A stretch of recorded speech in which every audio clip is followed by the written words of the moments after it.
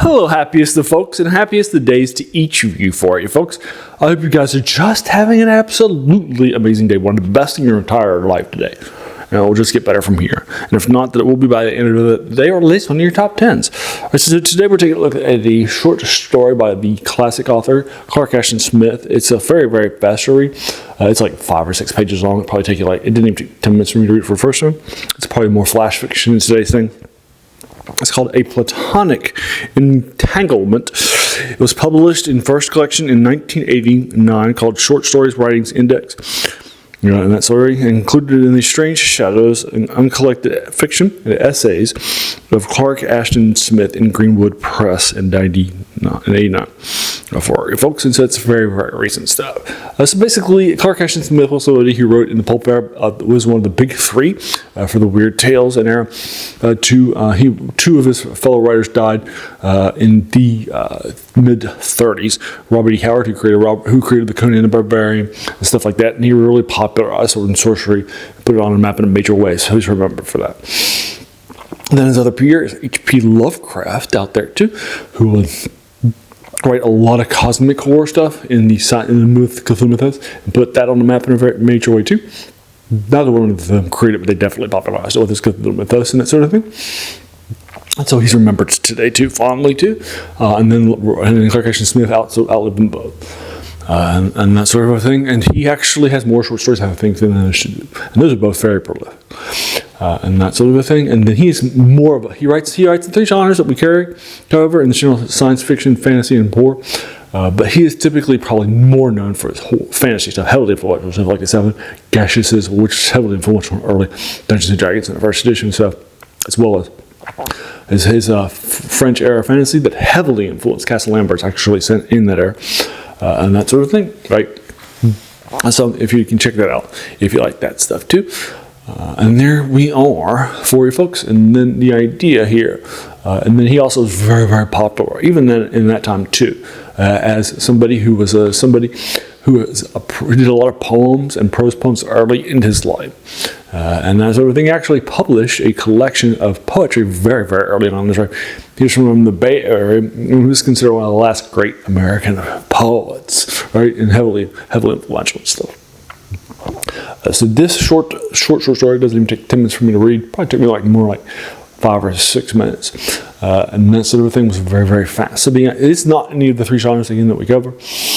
He did write some horror. He did write some Cthulhu Mythos stuff, and actually was one of the first people to actually cross over with his character of Cthulhu. And that sort of thing, covered over and such. But he typically, even some of his best fiction works in the Cthulhu Mythos are more fantasy than horror, which is fine on mine. Alright, so there you are. And so this short story, A Platonic Entanglement, but basically we're having a couple of old people that have recently met. She has been, her husband has basically said, I'm not going to give you a divorce, we're not going to live together anymore, and that sort of thing. So they're separated with her husband, and that sort of thing. And then she has run into this guy and such, and they're great friends, the platonic side of the platonic thing and that sort of thing, but they don't really care for each other or anything like that. That sort of thing. But they've definitely been, she definitely likes him a lot, and that sort of thing, but she's telling him at the beginning that they have to sort of break off their friendship because all the people are talking about them. She's in a smaller village, right? Everybody thinks that she's cheating on her husband, even though he doesn't care. He says, and that sort of thing. She says he wouldn't care, right, about that stuff. And he doesn't want to give me a divorce, but he's definitely left me. That was his choice, not hers, right? But in a small village, everybody thinks she's cheating, even though they're his friends, and they're coming to her and telling her that too. They're not just talking about her behind her back, and that sort of thing. And so that's sort of the first setup. That sort of thing. And there is a sort of a Clark Ashton Smith attempt to make it a traditional ending of his, but I saw it coming.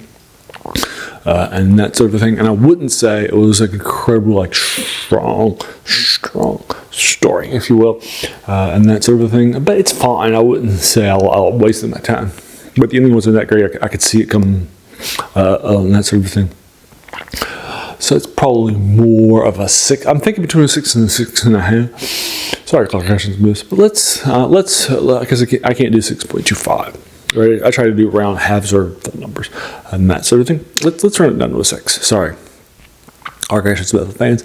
That just doesn't sell me. I'll link it to you in the comments below. I read this online for free on eldritchdark.com. So I'll link it to you on below so you don't have to pay any money for it. See what you think about it if you haven't read it. And then if you have read it, also let me know what you thought about it. As a reminder, I'm not a paid critic and so forth. I didn't train for literary criticism. I didn't major in English or literature and that sort of thing in college. I'm just a fan, right? So your opinion will be just as valid, right, as mine is, right? I'm not coming to you from a great area. I'm also not a Clark Ashton Smith critic either, so I'm just a fan. Right, so let me know what your thoughts are, but again, try to keep it spoiler free with the folks that are going to it brand new. You won't take that much of your time to read. That sort of thing. But then tell me what you thought of it. Right? His writing style is definitely unique. He has a very different writing style. He's not because he read a dictionary when he was a kid. I do think he's the best writer of the 3 writers, the big 3 in the pulp-era. From Weird Tales and other stuff. All right, so there you are. So as a reminder, this channel does a lot of older things, right? It's got 3 reviews a week of these older stuff like this in the 3 genres that I typically care over, or this doesn't, as well as other things out there too, like a video game Wednesday of older things. On Friday, like do top 10s of older things. I just ranked my top 10 Star Wars films. Actually, on Saturday, I did something called Serial Saturday that I dedicate to that forgotten and lost genre of storytelling that we forgot about, like movie serials like Tarzan, Flash Gordon, Buck Rogers, The Spider's Web, and that sort of thing. And also things like the first 2 seasons of Doctor Who from the mid-60s that we might have forgotten about. And on Monday, I like to do older reviews of older things in the typically like in first or second edition Dungeons and Dragons or Backney and that sort of a thing, or war games like BattleTech and that sort of a thing. I'll be doing those stuff too, so check this out in addition to the 3. So all the sorts of things I like to do. And so if all those older reviews sound like your cup of tea, then please welcome to our channel. I think you'll enjoy it lots. Have a seat. And then also check out, do all the YouTube stuff, like hit the subscribe button, the like button, the bell icon, to be notified of my 7 videos a week if you're feeling frisky. Let your friends know, share and watch. Those are the key ways to go.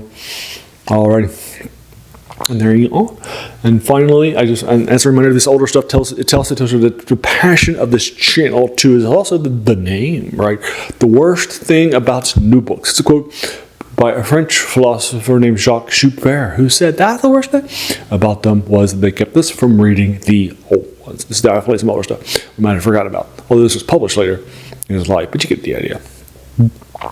Alrighty, and so there you are. But again, in this passion for the new stuff, we've become the new books in this case, the new movies, the new video games, and so we have forgotten that how great some of these older things are.